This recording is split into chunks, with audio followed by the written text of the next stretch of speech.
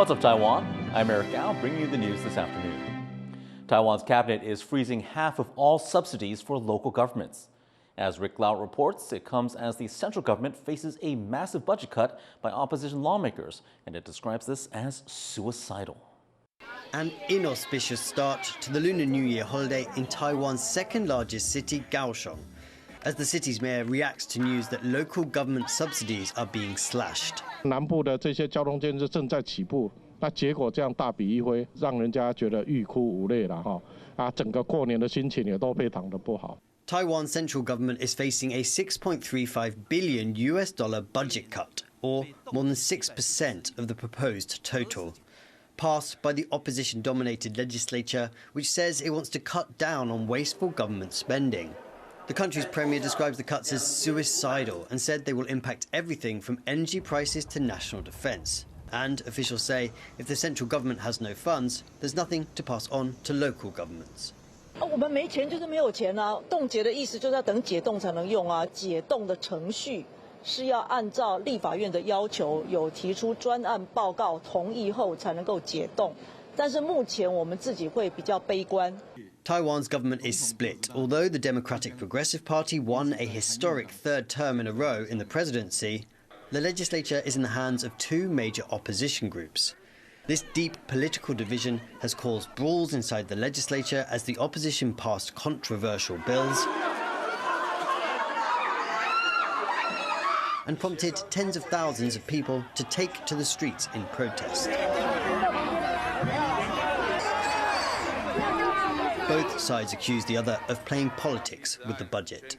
这个恶因蓝白疯狂，而且无差别的，而且是有仇恨式的这个预算删减，我们觉得是蛮可惜、蛮遗憾。如果冻结3%，就会影响中央政府的整体运作。那冻结50%，那我想是不是要摊贩整个县市政府呢？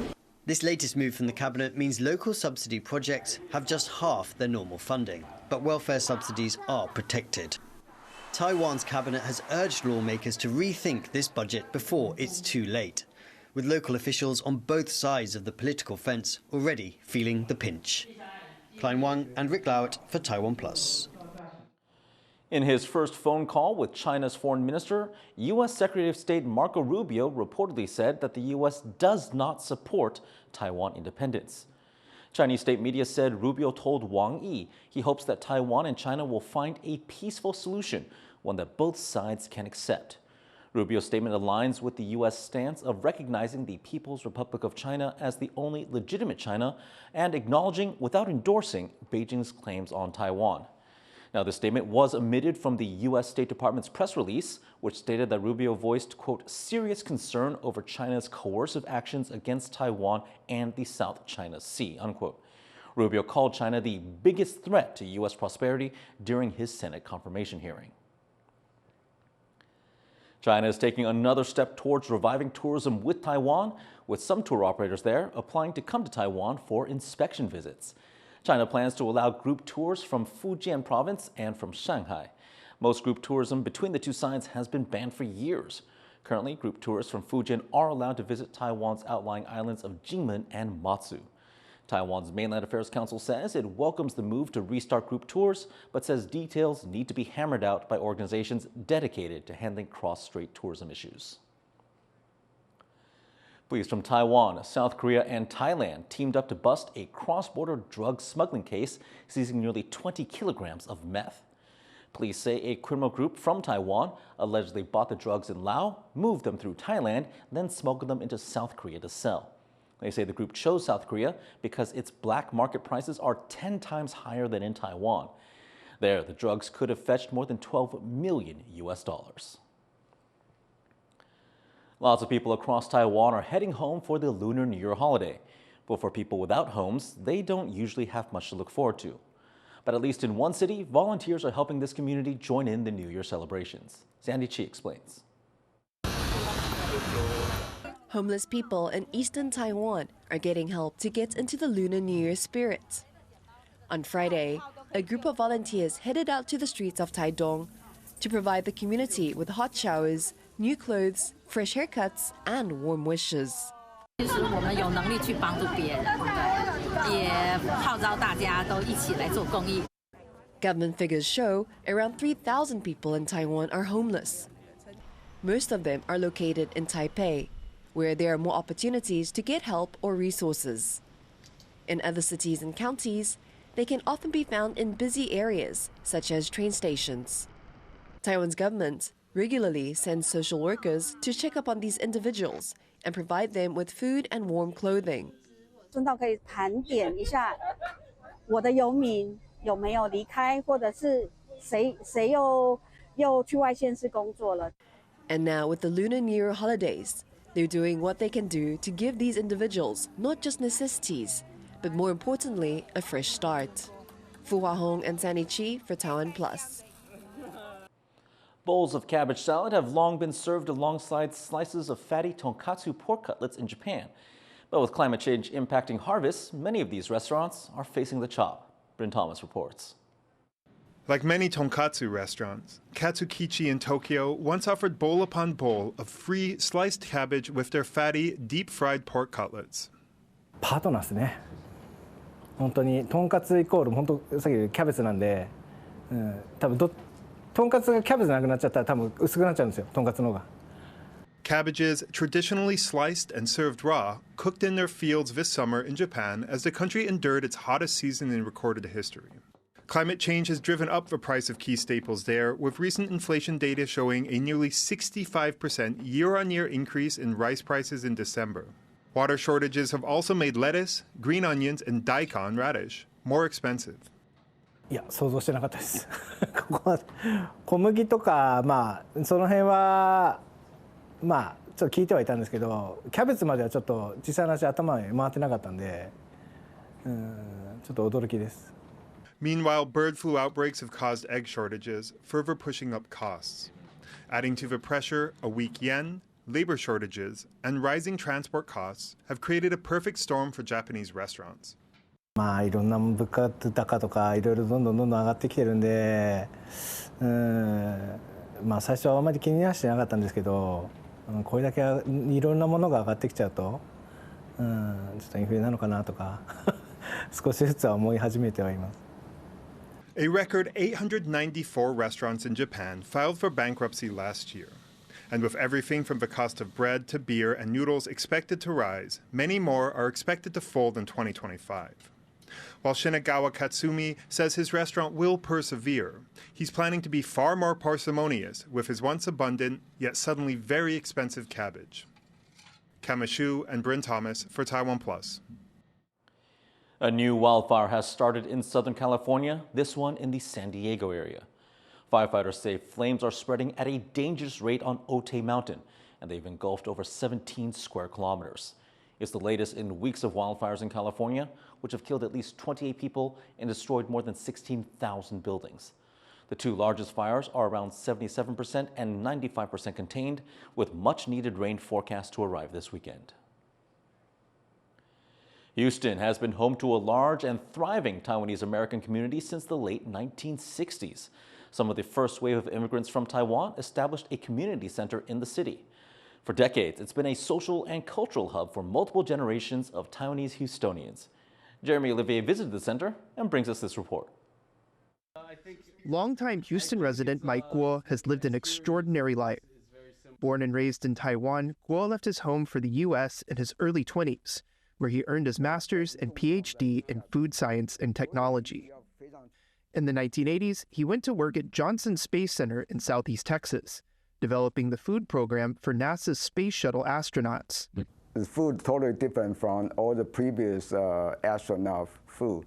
So they needed somebody to develop this new packaging, new type of food, and they started to have a quality control program. Then I was hired as a quality control and nutritionist there. Houston was also where Guo came out as a strong critic of the authoritarian government in Taiwan and a supporter of the country's independence. That came with consequences. Guo was blacklisted in Taiwan in 1974, unable for years to visit friends and family back home. At risk of arrest, he traveled to Taiwan in 1991, but not before taking a few precautions, changing the name in his U.S. passport, growing a beard, and donning a wig. That time I have, three young children, so I decided to use the legal way, but the way they couldn't prevent me from entering. The ruse worked. Guo was able to enter Taiwan right under the government's nose. It was so convincing, the authorities didn't realize what had happened until he was leaving, apprehending him at the airport. I appeared in a public event, and there's 200 policemen surrounded us, and faced by the individual, they used my picture to compare each attendant, and I was there. Police interrogated Guo for over 9 hours before the U.S.'s de facto embassy intervened, and he was let go. Taiwan finally removed him from the blacklist the following year. Guo's more adventurous days are now behind him, but even at 75, he remains committed to the causes that motivated him back then. In Houston, he has helped foster a community of like-minded Taiwanese Americans. The group's base here at the Taiwanese Community Center, not far from the city's Chinatown. Since 1992, the center has offered a social and cultural space and provided language classes and activities to the more than 7,000 Taiwanese Americans living in the greater Houston area. It also houses a curated collection of books and historical items on Taiwan. The founders say their initiative has received broad support from the local government. We list the mission as to enhance the public understanding of Taiwanese American culture, and also to do community services, and then also to foster Taiwanese education for our next generations. So for that, we were able to be registered as a cultural and educational nonprofit organization. That investment in the younger generation has paid off. A small but growing group of dedicated young people is now helping move the organization that runs the center forward, bringing new energy and new ideas. I feel like we can have more diverse events. That's what drives me want to contribute. So, for example, I am a big coffee drinker. So I feel like I know Taiwan has very, very good coffee. So that's why I feel like maybe we can have like a Taiwan coffee tasting event like that.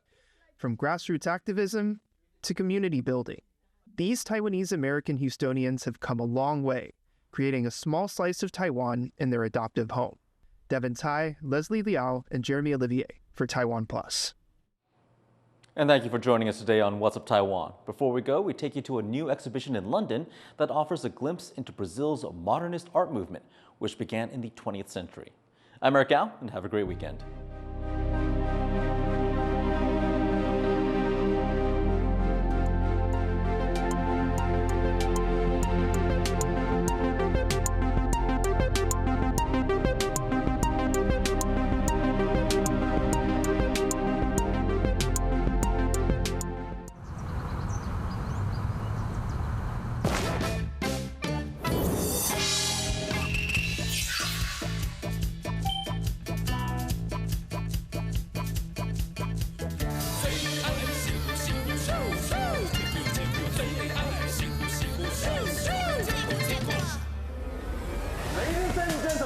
Put your hands up!